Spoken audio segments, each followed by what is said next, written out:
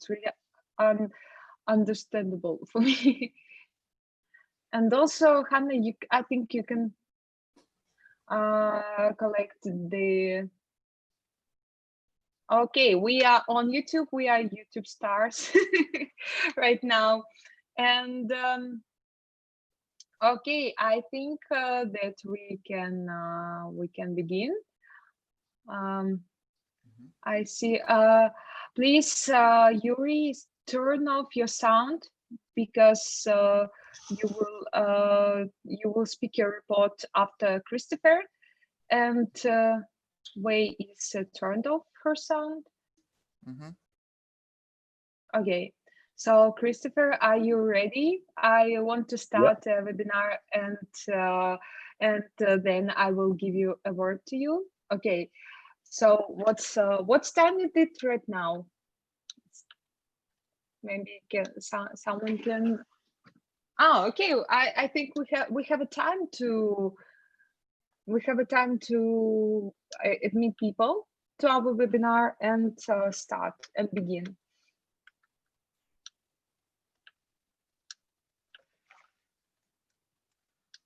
So, okay, I think that. What? Oh, sorry, carry on. Okay, so one moment. I will admit people to our webinar, and I think that I can start our webinar. Okay. Okay, I'm beginning in 3, 2, 1. We have a lift off, and hello everyone. My name is Katya, and we are more than happy to welcome you on SCLAD, educational online platform. We want to remind you that you should stay home. We will bring you more content, and today we have a really important webinar with really cool experts. We'll talk about HIV with experts from Great Britain, from Belarus, and from China. And I want to remind you about some technical things. If you want to ask your questions to our speakers, you can use a chat. Here in Zoom, you can see this function on corresponding on a working panel, maybe on your smartphone or your laptop, because it depends on which way you used to watch this webinar. Okay, the agenda of our webinar is consists of 3 presentations. After all the presentations, we will have a short Q&A session. And also we will have a little break, and then we will have a common session. Okay, right now I want to give a word to Dr. Christopher Edward Jones. He will start our webinar. And okay, Christopher, are you here? Can you begin our webinar? I can. Thank you very much. Thanks for the intro. Okay, thank you. Okay, as Katya said, I'm from Britain, so I'm currently in England, sunny England today. My research background is HIV, so I'm just going to talk a little bit about the type of research I've been doing on HIV and why we do that research. So the overarching kind of theme today is why we haven't been able to cure HIV.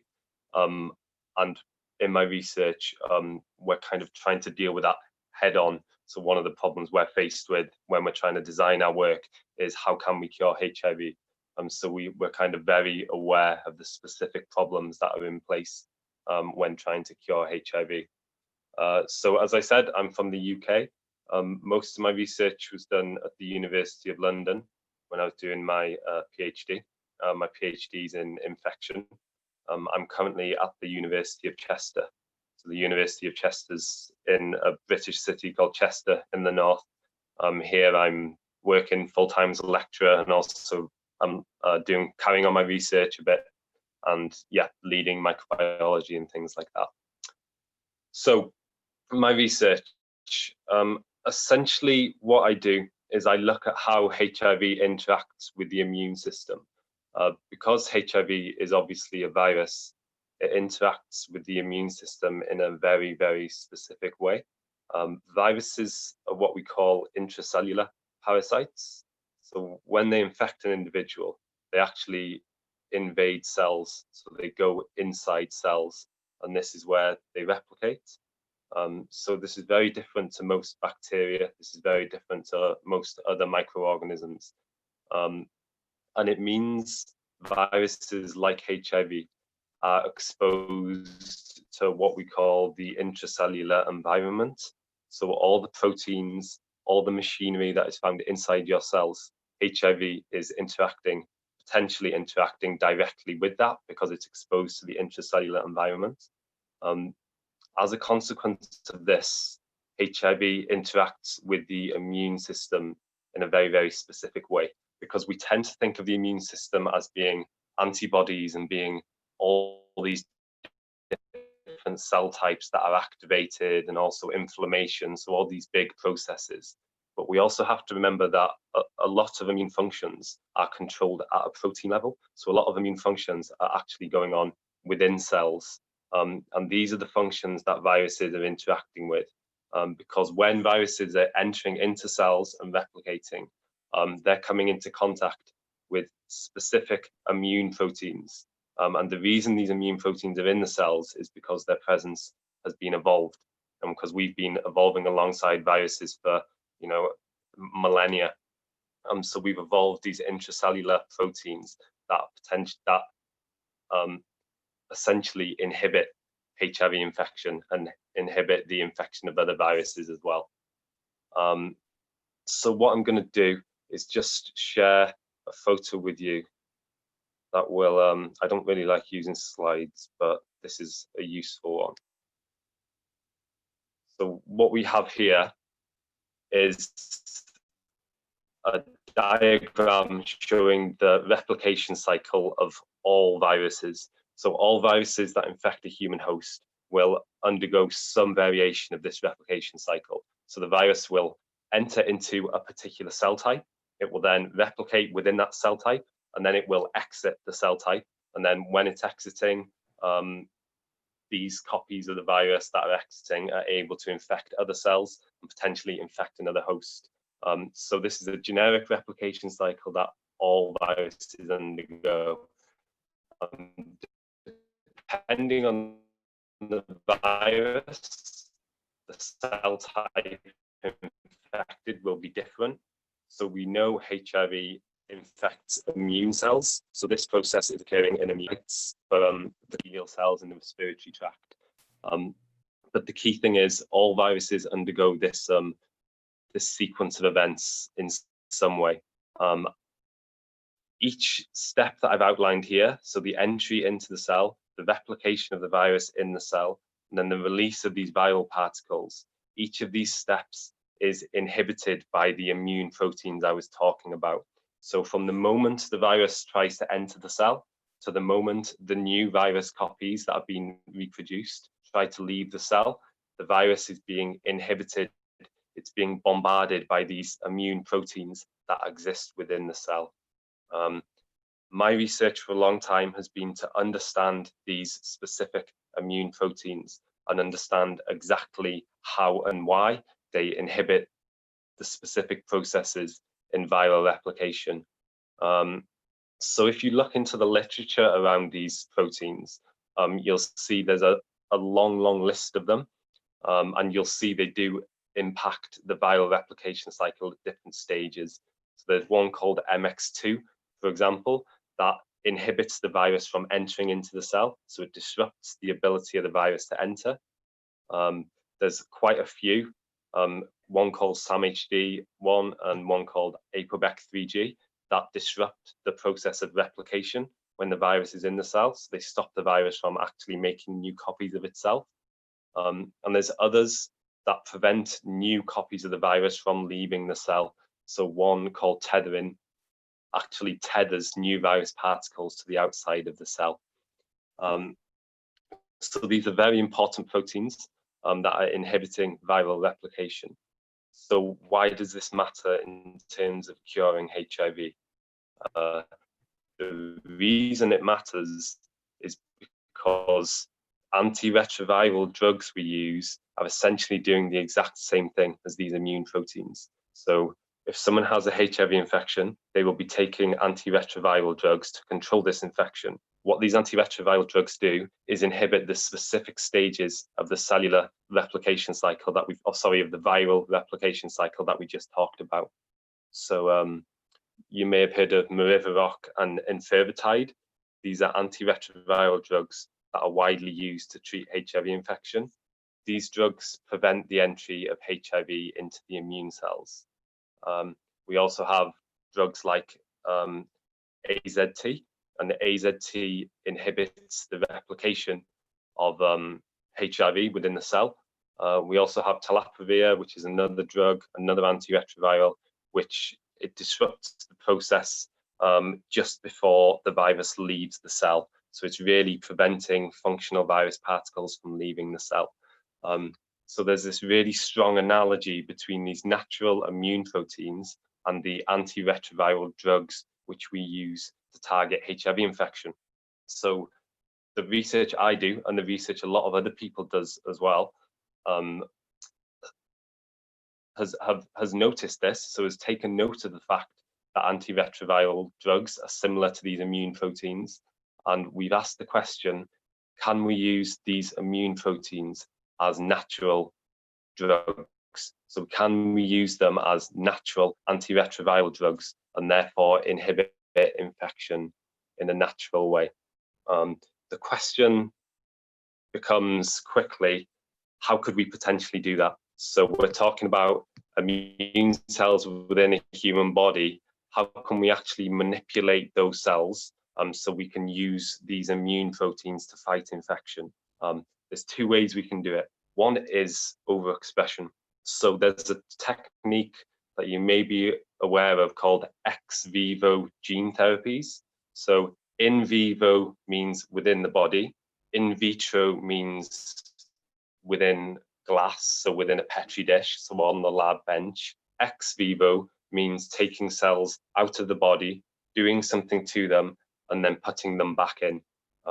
So one strategy that is being explored actually makes cells resistant to HIV infection is taking immune cells out of the body, genetically modifying these cells so they express huge amounts of these immune proteins, then putting them back inside the body. The idea is that by doing this, we're making the immune cells very, very, very resistant to HIV. It hasn't been done yet, but there's proof of principle that it could work because the same technique has been used to treat cancer. So you may have heard of something called CAR T cell therapy. CAR T cell therapy is a technique that is currently, it's FDA approved, it's used in the UK to treat various types of blood cancers essentially. And what medical doctors do is they take immune cells out of the patient, they use gene therapies to modify these cells so that these cells will attack the cancer, then they put the cells back into the patient. So they've done that to fight cancer. There's no reason why we can't do the same thing to fight HIV. There's no reason we can't take immune cells out, just like they do with CAR T cell therapy. And then we modify these cells not to make them fight cancer, but to make them resistant to HIV. And then we put them back inside the body. That's one technique. That's one way that we could do it. There's a problem with that, however, because we know that these immune proteins are in our cells anyway. I've done hundreds of Western blots of immune cells, and you can see very clearly that there is a lot of these immune proteins and that they are there in huge numbers. The problem is that HIV is able to overcome them in some way. So even if we overexpress them, the potential that HIV could still infect is still there because we know we have these proteins anyway. We know HIV infects nearly 2 million people every year. So obviously it must have some ways around it. So something else we're looking at is doing exactly what I talked about, so doing the ex vivo gene therapies, but doing it in a way that you're using a version of the restriction factor that is resistant to HIV. So using a version of the restriction factor that HIV can't overcome. And the idea is that if we could potentially do that, we could make cells really resistant to HIV. Again, this is far, far down the line.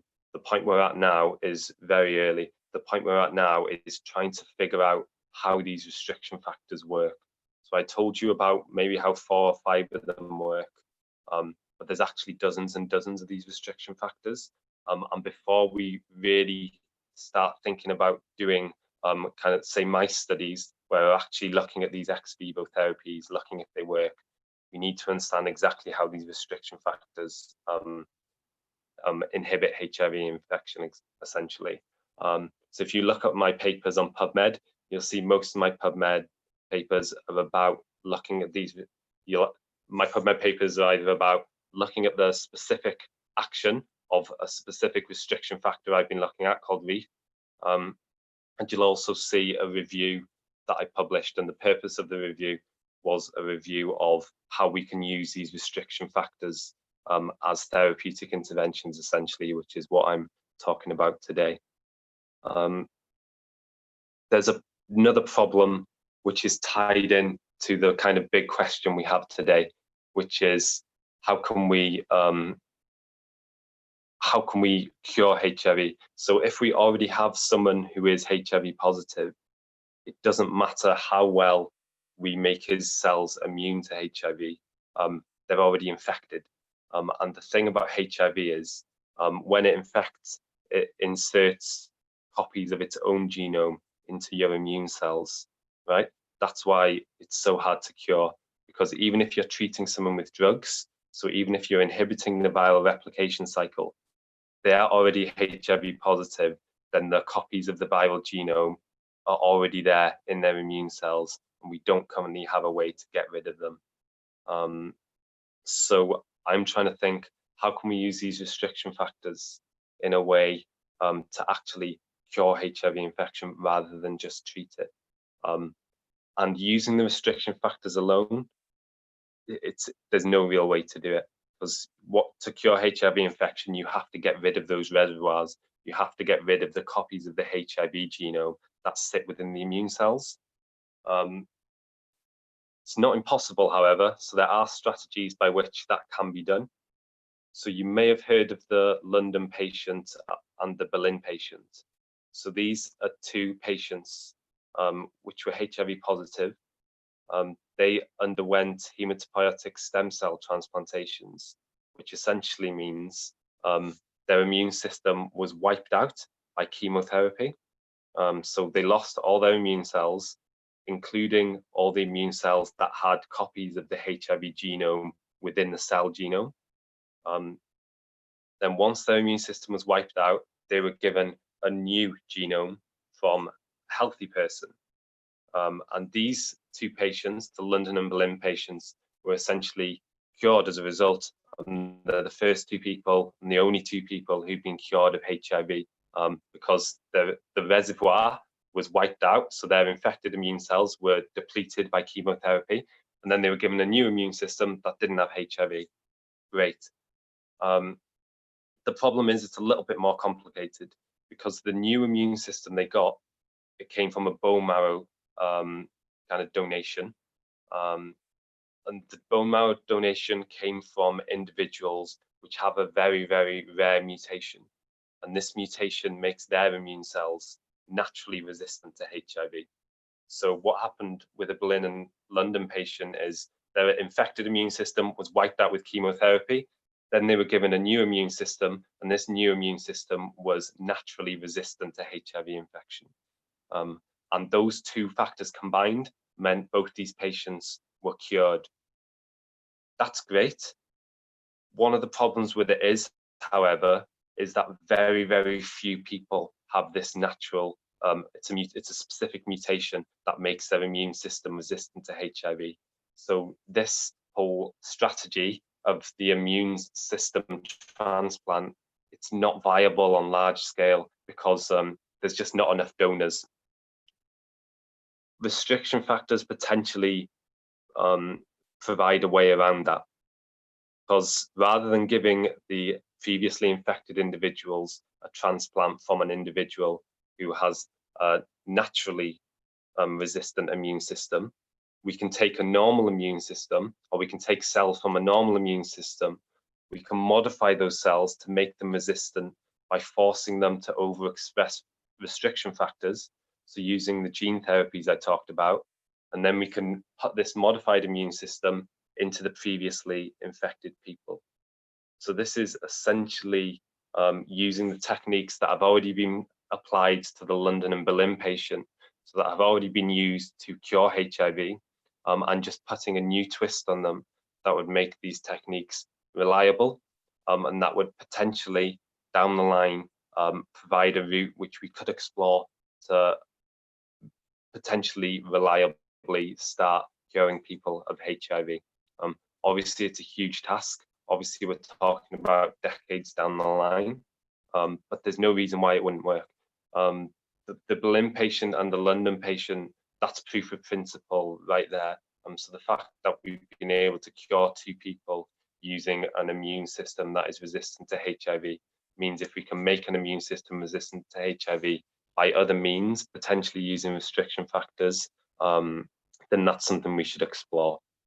Okay, so hopefully that all made sense and was all fairly interesting.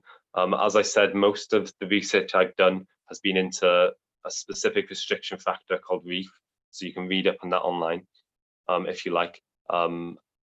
Currently, I'm working at a university that unfortunately it doesn't have a category 3 lab, so you need special lab facilities to use HIV.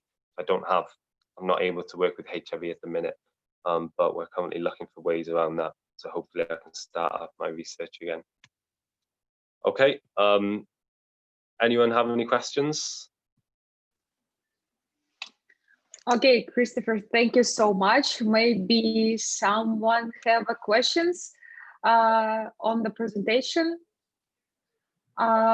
We also remind you all of the participants that you can ask questions using the chat in Zoom, and also using the chat on Telegram, our backstage chat.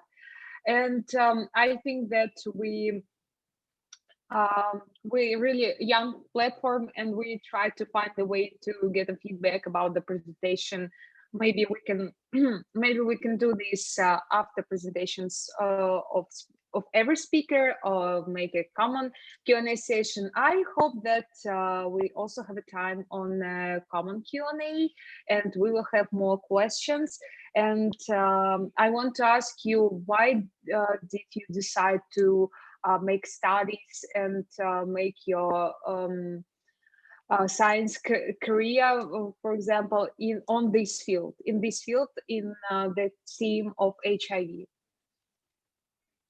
Well, London in the UK, where I was doing my PhD, it has a particular problem with HIV. So there's an epidemic there essentially. So it's almost inescapable. It's something you hear about all the time. It's something that you you see whenever you're working in a university linked to a hospital. You're acutely aware of HIV because there's always specific areas that are dealing with it. Everyone's aware of it, as this massive problem, particularly within virology. So we have just over 100 antiviral drugs that have been developed. About half of those are to target HIV, so they've been designed to inhibit HIV, and that kind of reflects just how important HIV is. When we think about the field of virology, we can kind of split the 2 big problems of virology. We have HIV is one big issue, and the other issue is the emergence of new infectious diseases like COVID, and then everything else is almost put to the side. I'm not saying it should be, but just the way things are at the moment is HIV and new diseases are at the forefront of virology. Mm-hmm. Okay, thank you so much for your answer. We have one more question from Hannah. She asked you, how do you think why HIV has two molecules of RNA? I don't know what it means, but I hope you understand. Yep, I do.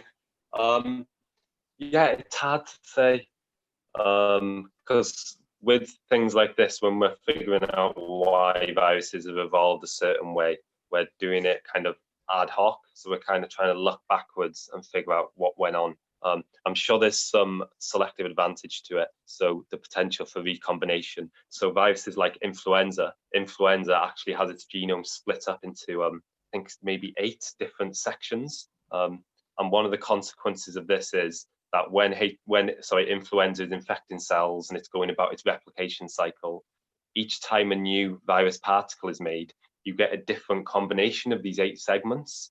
So a lot of these genetic mechanisms are actually there as mechanisms to evolve variation, because like what happens with influenza. So it could be potentially something like that. Mm-hmm. Okay, thank you so much. We have one more question from Lizaveta. She asks you, Christopher, if there actually a need for such a complex way of treatment for HIV. Current oral drugs are not ideal, but isn't combinational therapy successfully suppressing HIV replication in most cases? Why would patients take such a complex and probably expensive treatment? Yeah, it's a very, very good question, and you're completely right. So another problem that I didn't mention with this technique is that because you can treat HIV with oral drugs and you can control the infection, it's not ethically justified to give someone a new immune system. It's not ethically justified to give someone chemotherapy and give them a bone marrow transplant or a hematopoietic stem cell transplant because the infection isn't serious enough. At the end of the day, even though there's a lot of stigma around HIV, it's not a serious infection in the sense that it's not a deadly infection and it doesn't actually have any impact on it doesn't actually have any real impact on anyone's lifespan or health span if they're taking the appropriate drugs. There is a benefit to searching for a cure, however, because there are problems with the antiretroviral drugs. So, for example, people will stop taking them. They can be quite expensive. Even with combination therapies, there can be resistance to specific drugs and things like that. So my thoughts with whether or not the whole ordeal of a hematopoietic stem cell transplant to cure HIV is necessary. It's simply not. Most of the problem around HIV now is stigma, and most of the work I'm thinking of doing and the ideas I have, it's more about proof of principle. Because once we have these, for example, with the 2 patients that were cured of HIV, that's provided proof of principle that we can cure HIV. Doesn't mean we want to do that for everyone, but again, proof of principle that it can work. Those 2 patients, by the way, the only reason they underwent the procedure was because they had cancer anyway, so they were having chemotherapy anyway. So the procedures weren't specifically done to cure HIV, but it was seen as an opportunity to try out this idea. Mm-hmm. Okay, thank you so much for your answer. And I think that right now we have no more questions for this short Q&A, but I hope it will be more in the end. Thank you again, Christopher, so much for your presentation. I want to ask you to stay here and listen to your colleagues and watch their presentation and join us at the common Q&A. Great, thank you. Okay, thank you so much. Right now, I want to give a word to Yuri Farnushenko. He's a senior researcher of the Institute of Bioorganic Chemistry of the National Academy of Sciences of the Belarus and of the United Institute of for Informatic Problems. Yuri, are you here? Hey, yes, Yuri, I'm here. Okay, so let's start your presentation. Okay, thank you. I want to remind people that you can ask your questions in the chat, and we will read them in the end of presentation on short Q&A and on a common Q&A. Отключиться. Да ладно. Что, все? Сейчас. Yes, you can begin. Okay, welcome everyone. I will present you a short report on the topic epidemiology and antiretroviral therapy. I'm a senior researcher of the National Academy of Science of Belarus. My research includes the development of inhibitors of HIV-1 and the development of anti-cancer drugs by computer molecular modeling. This is my multidisciplinary team. Okay. The first serological evidence for HIV infection was found in human sera from the year dating to 1959, Uganda dating back to 1972, and Malawi to 1974. Evidence that HIV was circulating in Africa at those time. The first cases of AIDS were then described in the USA in 1981. The discovery of HIV as the cause of AIDS was made in 1983. Since then, HIV/AIDS has emerged as a worldwide epidemic, which continues to spread today, 30 years later, with some 2 million new infections each year. In particular, the high infection rate in Eastern Europe and Asia demonstrates the immense challenges that need to be met in current and future implementations of prevent measures. Even though the success of antiretroviral therapy in the treatment of HIV infection appears to enable a normal life expectancy for HIV infected patients, knowledge on the natural course of HIV infection remains important, not only in order to make the correct decision on when to start antiretroviral therapy in an individual patient, but also to correctly diagnose HIV in patients with the first symptoms of HIV infection who have not previously shown AIDS manifestation. This knowledge is important. Genetic diversity and classification.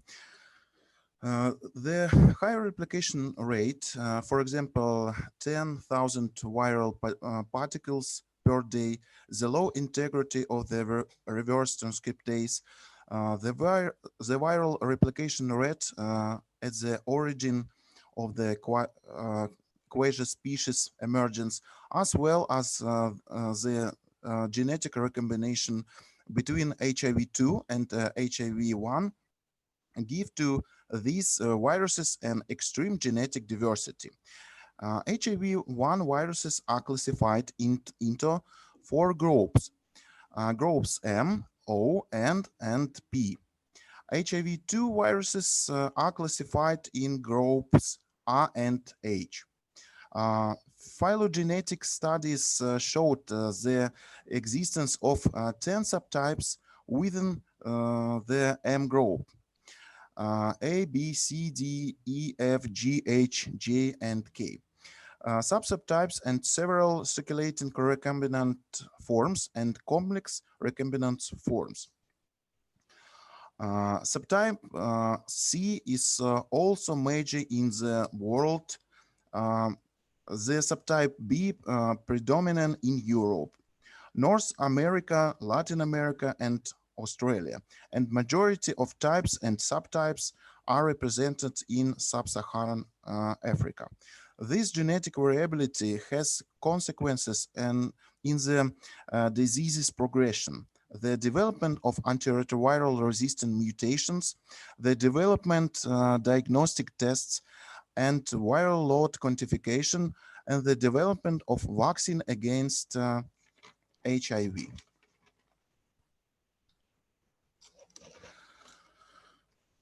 Okay, the next, highly activity antiretroviral therapy, or abbreviated HAART. Highly active antiretroviral therapy is a treatment regimen typically comprised of a combination of 3 or more antiretroviral drugs. HAART may also be called antiretroviral therapy or combination antiretroviral therapy. A key cornerstone of HAART is the co-administration of different drugs that inhibit viral replication by several mechanisms, so that propagation of a virus with resistance to a single agent becomes inhibited by the action of the other two agents. Management of HAART regimen is multifaceted process that should be administered by or in consultation with a provider with specific training as defined by the Infectious Disease Society of America. This approach is central to optimizing patient care.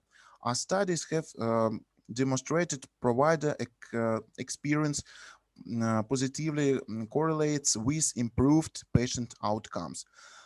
This combination therapy is primarily indicated to treat human immunodeficiency virus type 1 infected patients. For the treatment of HIV, there are more than 25 different or 30 different medications in 6 different classes, for which detailed discussion will follow in further sections. The standard of care for most treatment-naive patients is a combination of 2 nucleoside diverse transcriptase inhibitors plus 1 non-nucleoside reverse transcriptase inhibitor or integrase strand transfer inhibitor. Alternative classes of different drugs within each class may be recommended when patients have concurrent conditions or medication interactions, as detailed further below. Mechanism of actions. There are 6 main classes of HAART agents that target different stages in the viral life cycle. A fundamental cornerstone of HAART is the co-administration of different drugs that inhibit HIV replication by several mechanisms, so that propagation of a virus with resistance to a single agent is inhibited by the action of the other two agents.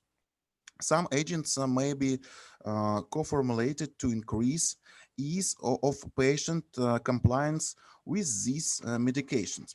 The first class of inhibitors are nucleotide reverse transcriptase inhibitors. These inhibitors require intercellular phosphorylation via host enzymes before they can inhibit viral replication. These agents are nucleoside or nucleotide analogs with an absent hydroxyl at the 3H end that are incorporated into the growing viral DNA strand. Competitively, they competitively bind to the reverse transcriptase and cause premature DNA chain termination, as they inhibit 3H to 5H phosphodiester bond formation.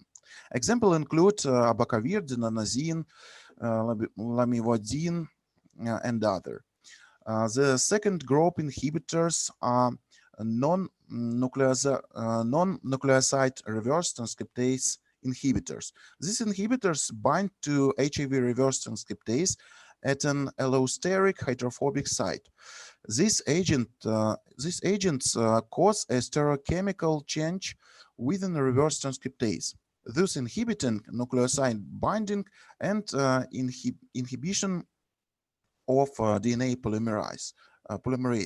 Examples include delaviridine, efavirenz, nevirapine, and rilpivirine. Next group inhibitors are protease inhibitors. These inhibitors inhibit the proteolytic cleavage of the GAG-POL polyproteins and in HIV-infected cells. These agents result in a mature non-infectious virus. Protease inhibitors generally used in patients that are failing their initial HAART regimen and should be administered with boosting agents such as ritonavir or cobicistat. Examples include atazanavir, darunavir, and andinavir. And next group inhibitors are integrase strand transfer inhibitors. Integrase inhibitors bind viral integrase and prevent viral DNA from being incorporated in the host cell chromosome. Examples include dolutegravir, eltegravir, and raltegravir. Fusion inhibitors. Fusion inhibitors bind to the envelope glycoprotein GP41 and prevent viral fusion to the CD4 T cells. Examples include enfovertib. And last group inhibitors are chemokine receptor antagonists or CCR5 antagonists. CCR5 antagonists selectively and reversibly block entry into the CD4 C cells and by prevention interaction between CD4 cells and the GP120 subunit of the viral envelope glycoprotein. Examples include maraviroc. Despite the fact that the use of HAART significantly increased the life expectancy of HIV-infected patients and increased its quality, the need for lifelong continuous use of several therapeutic drugs and the associated toxicity and the emergence of resistance require the development of new anti-HIV drugs with new mechanism of actions. Thank you for your attention.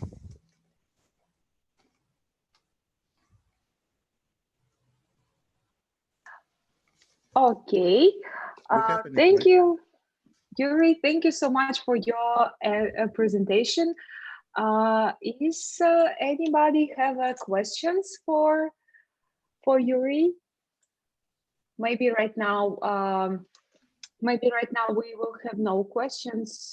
Maybe it will be during our common Q&A. And Yuri, I also want to ask you the question as I asked Christopher. Why did you decide to choose this team and this field of study, HIV?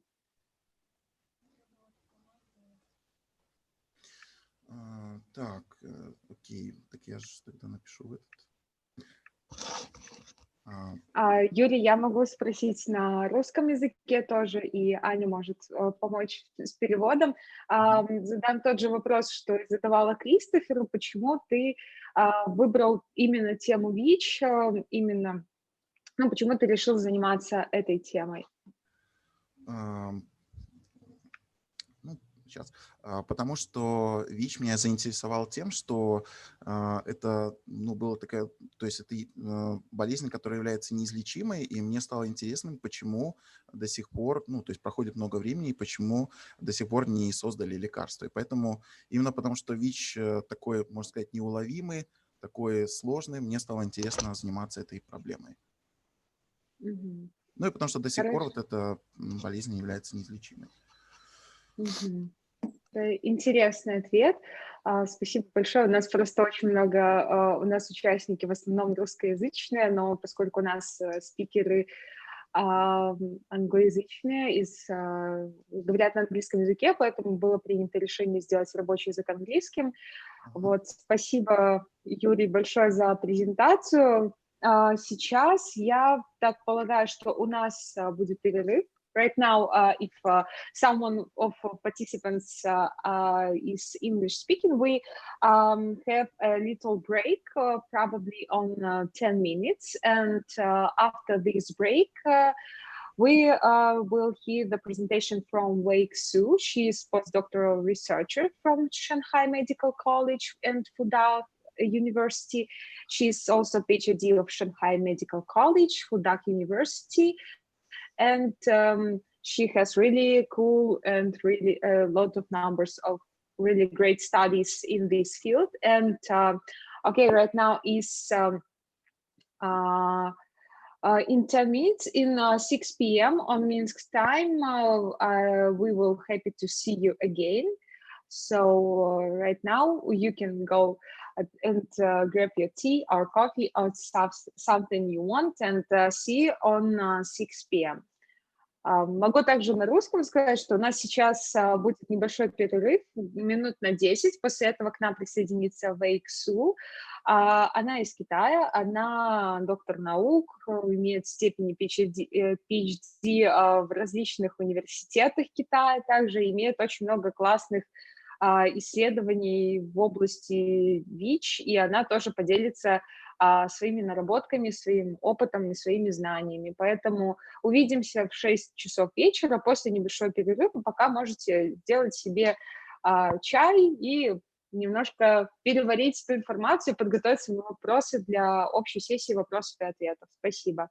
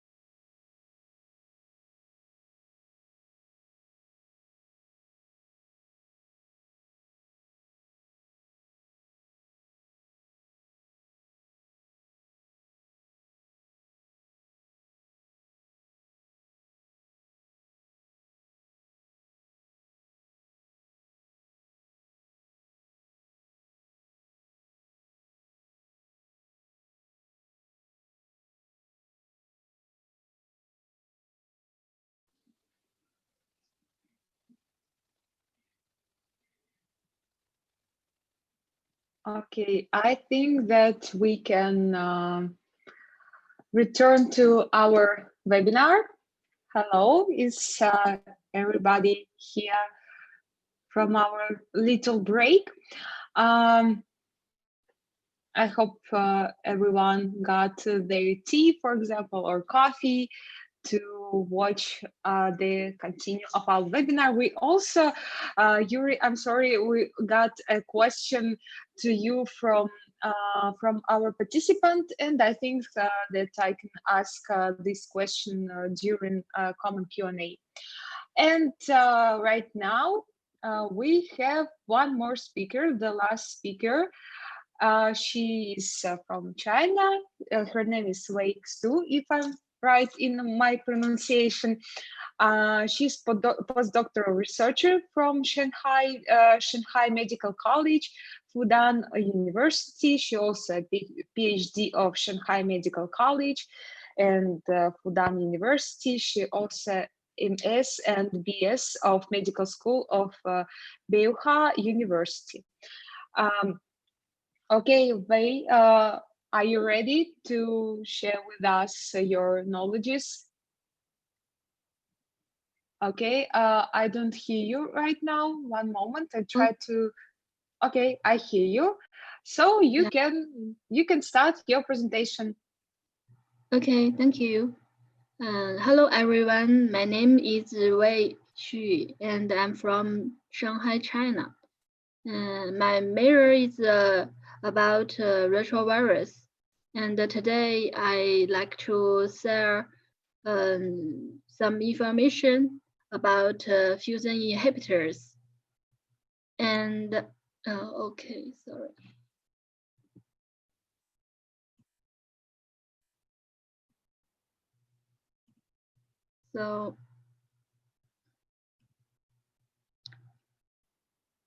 So today's topic is about protein and peptide-based HIV entry inhibitors. So far, about 37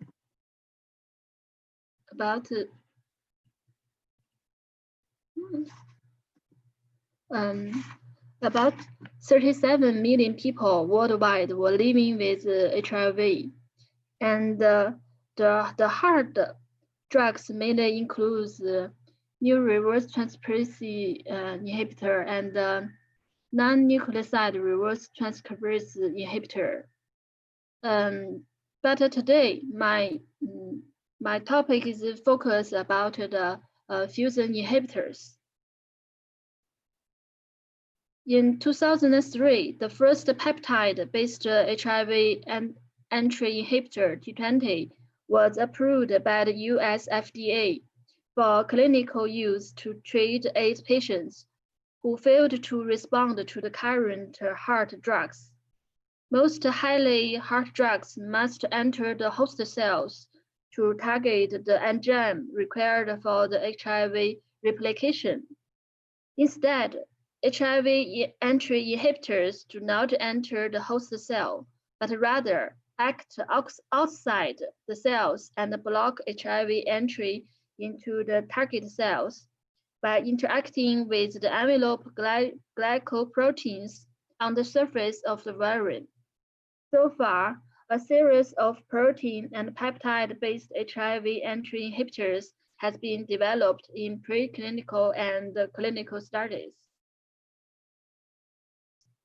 HIV amyloprotein is comprised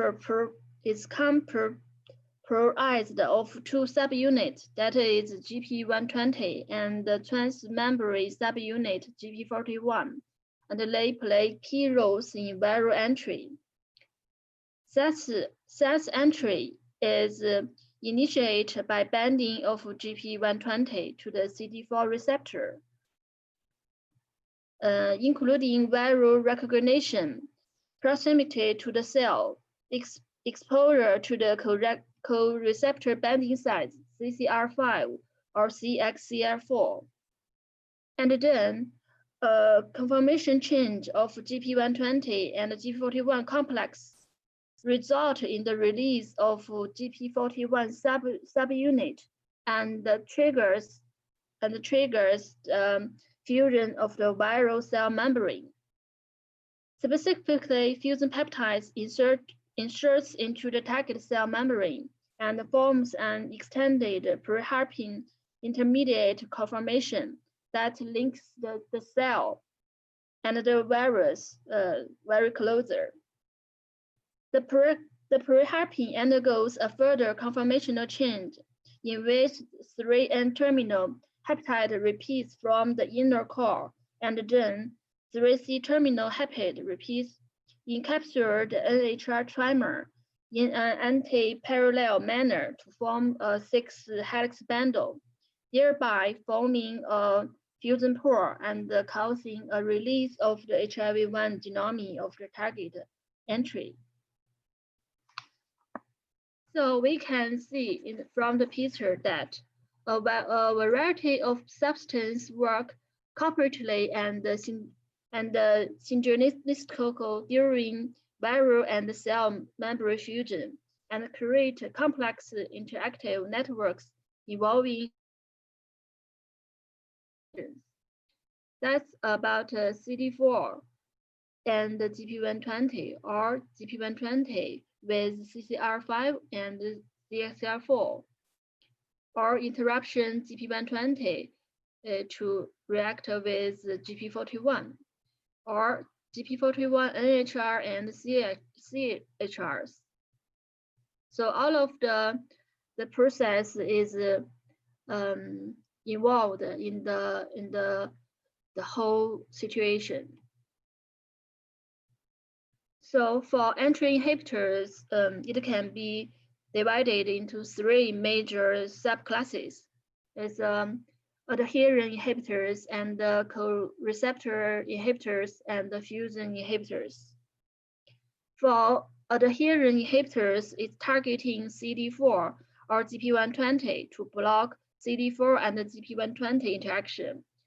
For the co-receptor inhibitors, it is targeting CCR5 or CXCR4 to inhibit the binding of GP120 to the co-receptor.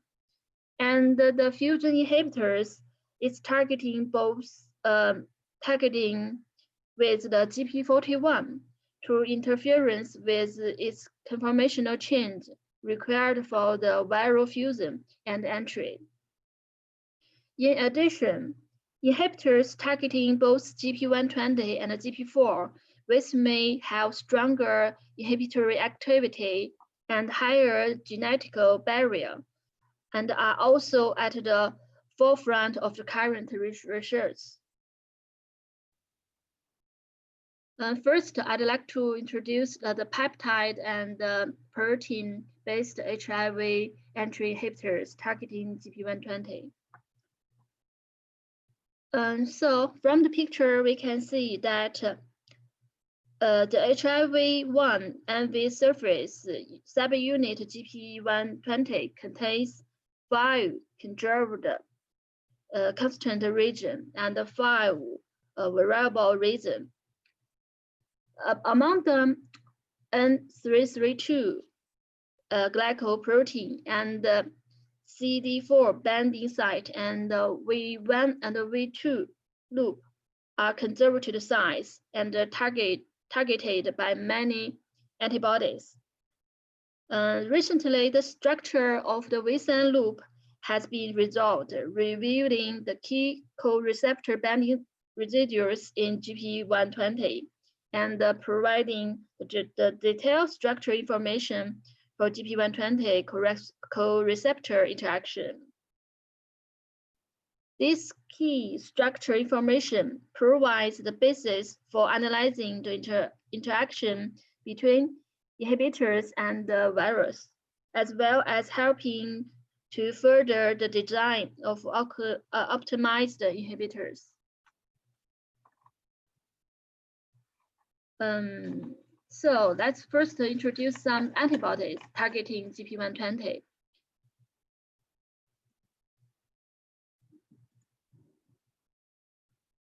Among them, it is very VRC01 is very famous antibodies. It's a broad spectrum neutralizing antibodies isolated from B cells of HIV-1 infected individuals, particularly mimicking the interaction of the CD4 receptor with GP120. And another one is N6. N6 is also a broad spectrum neutralizing antibodies isolated from an HIV-infected patient. And it targets the GP120 and the CD4 binding sites. It has more effective neutralizing activity than VRCO1, and it can also inhibit the VRCO1 resistant strains. This could be attributed to the dependence of the N6 on the conserved rhythm of the GP120 and the avoidance of the interaction of its light chain with the GP120 Y5 region, which is considered to be the main factor in the resistance of the virus to VRCO1 class antibodies. And in a non-human primate model, mutants of N6 show significant antiviral effects. Currently, N6 is undergo clinical trials to assess whether it can safely inhibit HIV-1 infection in humans. And for the proteins targeting the GP120 CD4 binding sites, it's less proteins, but some of them is also important, like PRO 542, and another one is MD 1.1. It is using the power of a large freeze display library and a EuroProme PCR technology by Dr. Dimitrov and colleagues. They identified two stable D1 mutants, which could be expressed abundantly in ECO1 with highly solutable and stability in natural environment. And in vitro antiviral experiments, it displayed they could inhibit multiple HIV-1 strains and at a low nanomolar level. They are not only exhibit lower binding with human blood cell lines, but also resisted with trypsin digestions and human serum degradation.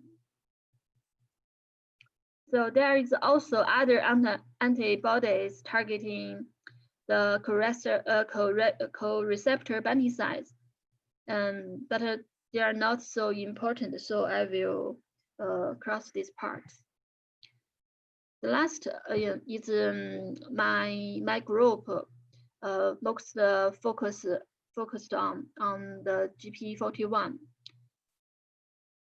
The GP41 NHR targeting antibodies, I'd like to introduce the D5. D5 is a human-derived Fab screen from a fridge display library. It targets the NHR pocket binding rhythm of GP41, and it can block infection by different HIV isolates. And the other is the CHR and NHR peptides. From the picture, we can see these peptides, and our groups have successfully designed and produced recombinant camera protein HIV-1 fusion inhibitors, about T20 and CP32M, and they are also at low nanomolar effective. About the CHR peptides, there is 3 generations. For the first generation CHR peptides, it can consist of 3 peptides derived from the HIV-1 GP41 CHR domain. It includes HJ2176 and the DP178, which was named T20 later, and C34.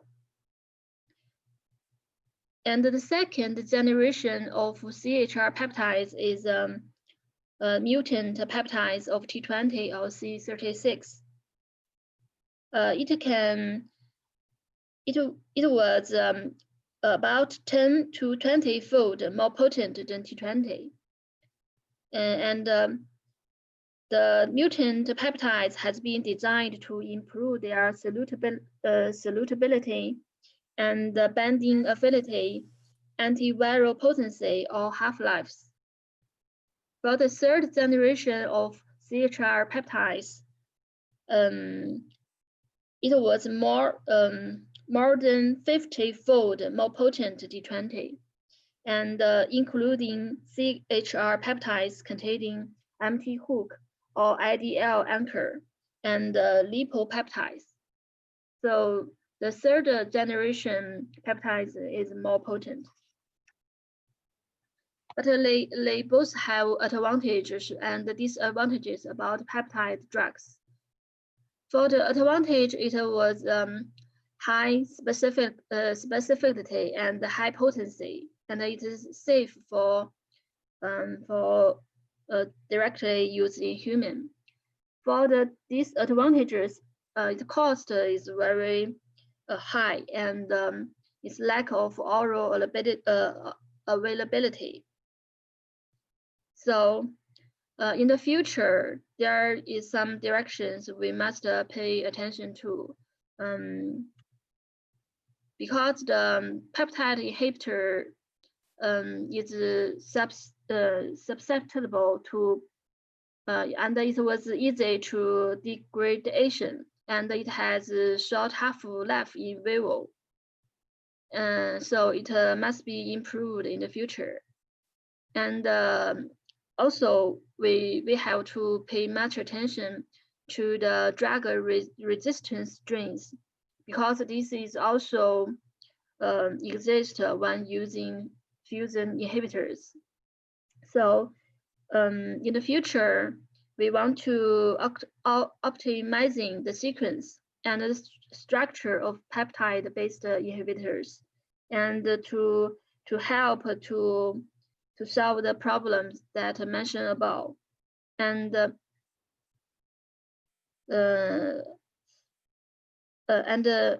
we want to cut the cost of the drugs so that it can be more acceptable for the patients to use in clinical. So that's all. Thank you.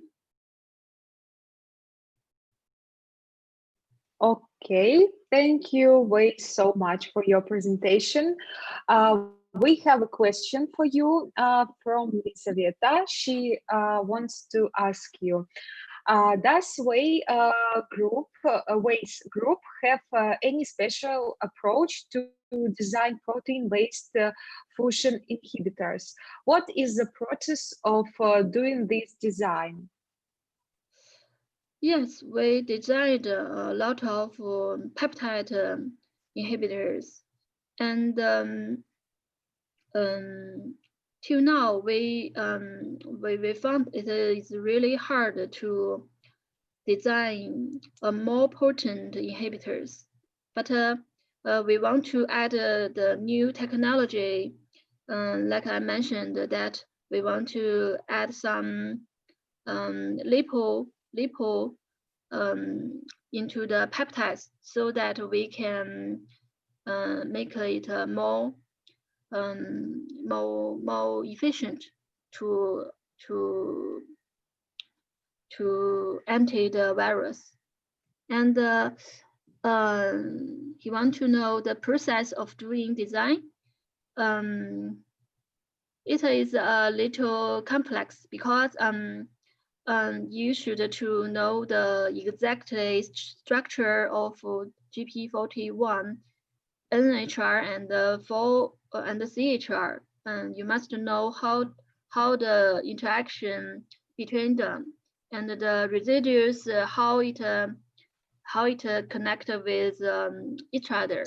And for human GP41, the structure is not all found by the not all absolute. We can only mimic from the SHIV.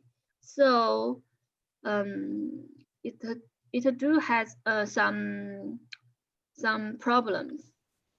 And when we design the peptides, we only can to try it in the cells so that we can to find which one is works.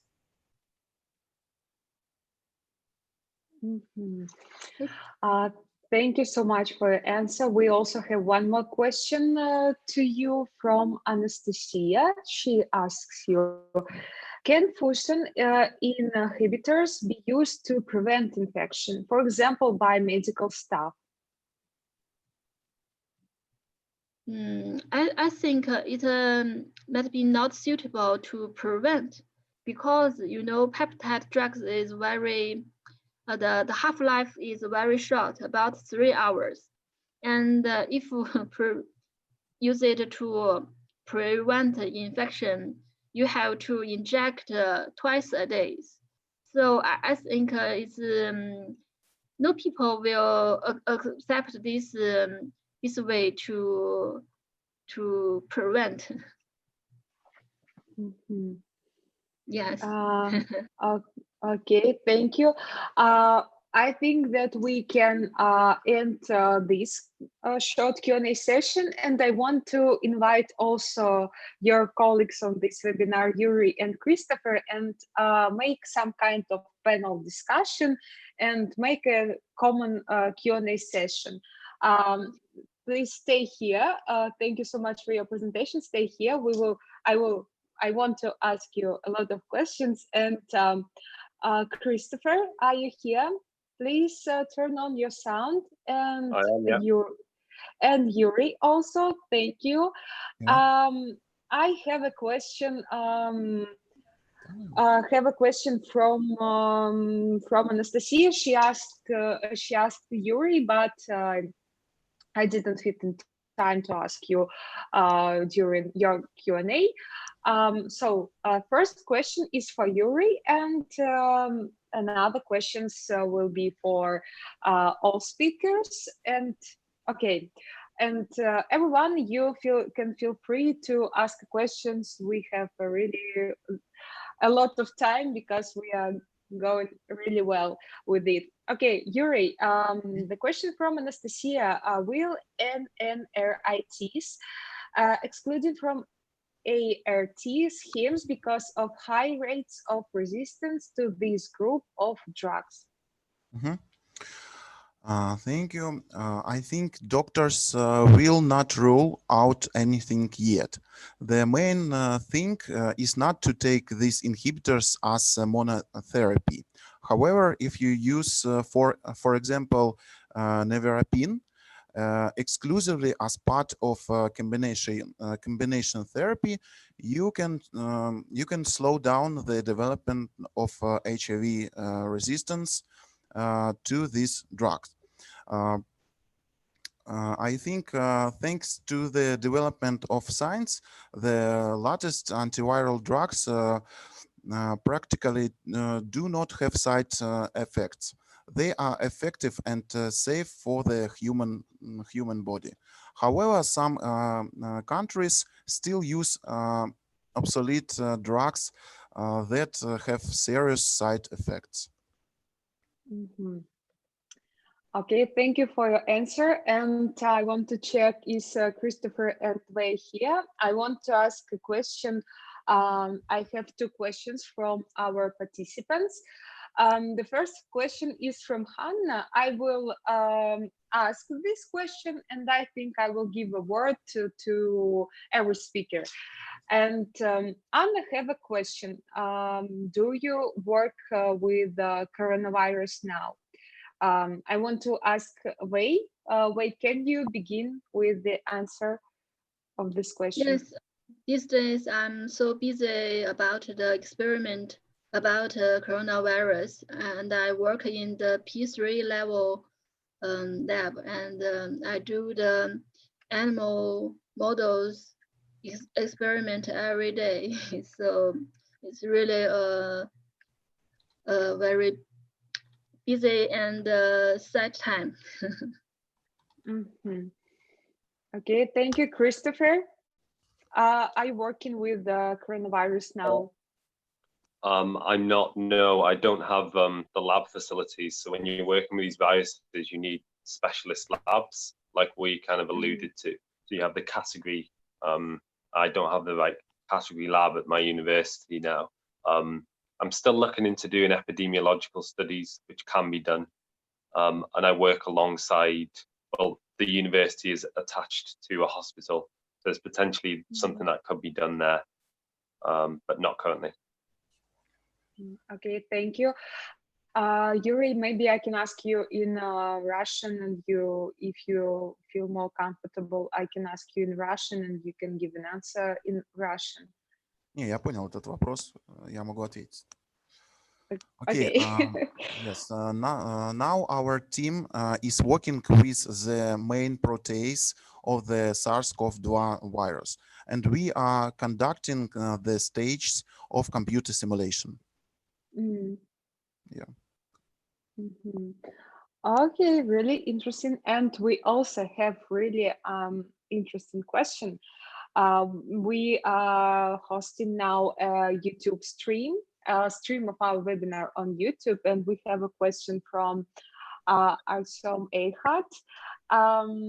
As you know, everyone, the topic of our webinar is why haven't we won over HIV?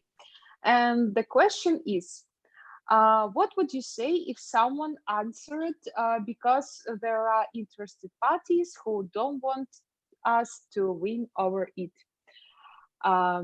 Maybe Christopher, maybe you have some opinion on this. I'm not sure. I'm not sure what they're getting at. I feel like they're trying to get at something. I don't know. I'm not sure for what reason anyone would want to not want us to win over HIV. I mean, the only people who benefit from kind of the HIV pandemic. No, and there's a lot of companies making a lot of money off drugs, but these companies are just as motivated to make vaccines, and they're just as motivated to fund cures. Yeah, I'm not sure. I don't think. And in this case, I have one more question, and I will ask also Wei and Yuri this question. As I know, there are people who deny the HIV. There are a lot of people, for example, I don't know, I don't want to tell in which countries, but there are a lot of people who thinks that HIV does not exist. It's like people who think the earth is flat, and there are people who deny the HIV. What do you think about this? And if you meet these kind of people, what things you want to tell them?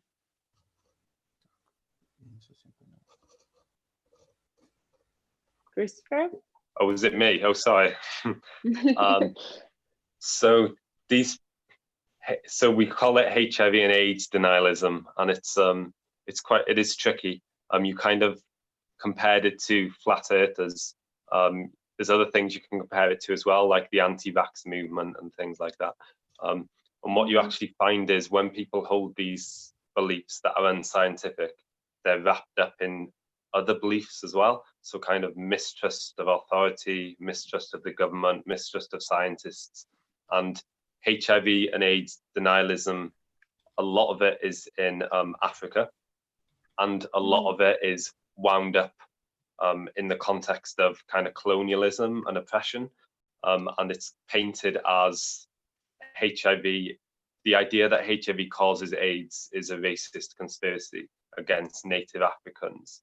And that's one of the reasons why it's so hard to persuade people to come away from that viewpoint. because it's seen as a great big conspiracy. And it's a really difficult thing to deal with because it's wrapped up in culture, it's wrapped up in these ideas of racism and oppression, and it's also wrapped up in religion and politics as well. So not that long ago, I think it was the president of South Africa who was a staunch HIV AIDS denialist, so he didn't believe HIV causes AIDS. So I think the general belief amongst HIV and AIDS denialism is that HIV exists, but it isn't what causes AIDS. So yeah, it's a really, really complicated issue. And it's one that there isn't really a quick and easy fix for, especially because a lot of these countries are what we call lesser economically developed countries. So they have issues with the quality of education and the access to education. So a lot of individuals they don't really understand the science, so it's really, really difficult to educate. Okay, thank you so much. Wei, I'm here. Do you hear us? Yeah. Okay, if you want, I can repeat the questions. I think the bears exist in every place, but I think perhaps we want to introduce to the people and to tell them that the virus is not scared, and people should respect every person, and so on. Okay, thank you so much, Yuri. Maybe... Катя, перейди на русский, я не совсем понял, что ты спросила. Okay, I will, Christopher and Wei, I will move to Russian language and ask Yuri a question, and he will probably answer in Russian. Юра, вопрос заключался в том, что вот, ну, он достаточно провокационный, возможно. Нас тут на YouTube спросили, что вот тема нашего вебинара это называется «Почему мы до сих пор не победили ВИЧ?». И на YouTube нас спросили, что бы вы сказали, если бы вам ответили, потому что существуют заинтересованные стороны, которые не хотят, чтобы мы победили ВИЧ. И в этой связи есть второй вопрос, что существуют люди, которые отрицают ВИЧ, которые вообще отрицают эту проблему. Вот как ты относишься к таким людям, и что бы ты сказал, например, чтобы их переубедить?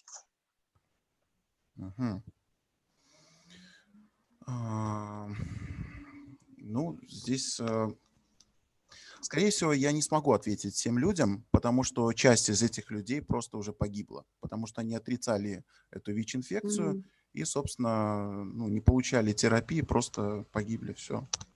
Я думаю, что так можно ответить на этот вопрос. Понятно, спасибо. We also have a question from Lizaveta. She asked a question, how many of the HIV targets can be investigated using computational modeling techniques? Maybe someone of speakers can give an answer on this question. Сколько? Christopher or Wei, can you answer this question? I can answer. What we find is with most of these targets, you can get some information from computational modeling, and computational modeling is useful. However, it's never the 100% clear answer that you need. There's always a bit of context you're missing. So generally, computational modeling, it's really useful as the first idea. So it's really useful to get the start and to get an indication of whether or not a target is good. But then you really have to move into animal models to get a more clear idea and to get a better kind of a fuller perspective. Okay, Wei, maybe you have an answer on this question. You can maybe you can answer. I was agreed with Christopher because computer may be the first step, but the truth is the existing drugs may be more efficient to find the new drugs because computer can mimic, but perhaps the compound you designed is hard to synthesis. So maybe there is the two way to develop new drugs. Okay, thank you for answer, Yuri. Юра, может быть, у тебя тоже есть ответ? То есть сколько мишеней можно исследовать, да, методами моделирования? Да. Так, сейчас, секундочку. Ты можешь попробовать на русском ответить, если так комфортнее? Ну, на самом деле, главное, чтобы имелись трехмерные структуры данных мишеней, определенные либо методом рентгеноструктурного анализа, либо ядерного магнитного резонанса, вот, ну или криоэлектронной микроскопии. Вот, ну, то есть если имеется любая трехмерная структура, допустим, мишени, то можно с любой мишенью работать. Нету предела в количестве мишеней ВИЧ. Главное, чтобы они были ну, определены вот физико-химическими такими методами. Спасибо за ответ. Okay, any questions from anyone? You can ask questions using the chat on Zoom, and we will give you an answer. And right now, I don't see a questions, but it doesn't mean that we will end our webinar. I will ask a question, and in this time, our participants can ask if they want to ask. So, how was a webinar for you today? And maybe some of your impressions on this webinar, because it's not so simple thing. It's not so simple thing because we all staying home. We are almost all on isolation and communicate with each other online, and we try to find new way to share knowledges, to communicate with other people from another country. So what can you say about this webinar? Maybe I want to start from Wei. Can you share your impressions? It's very interesting for me because this is the first time I used the Zoom software, and I'm very glad to meet so many friends here.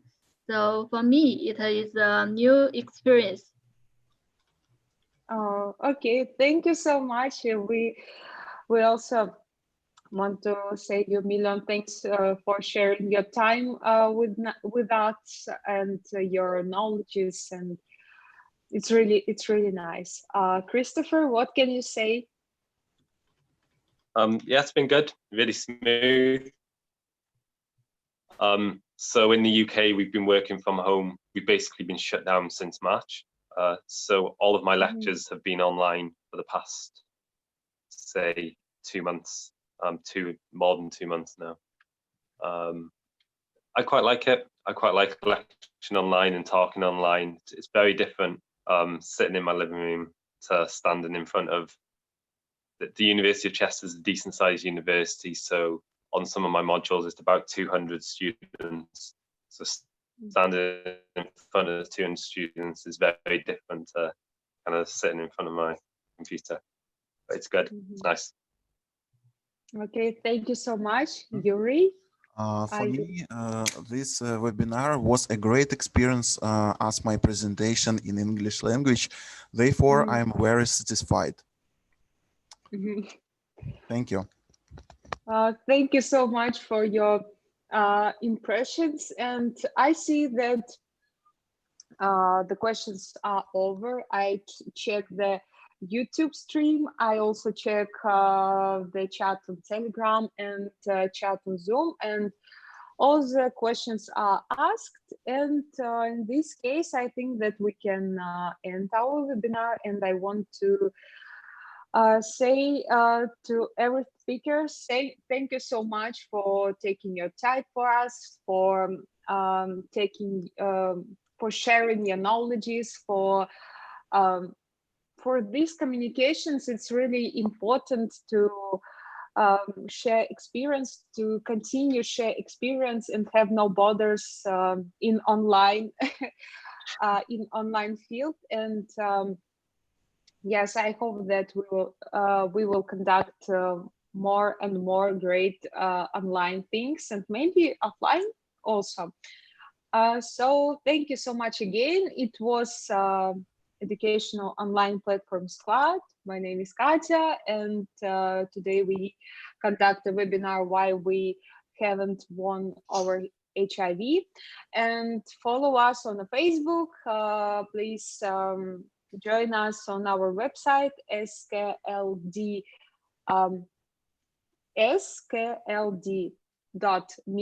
And you can see a lot of new webinars coming soon, and you also can watch past webinars, previous webinars, and stay home. We will bring you more content, and see you next time. Thank you again. Yuri, Wade, Christopher, thank you again. Thank you. Take care.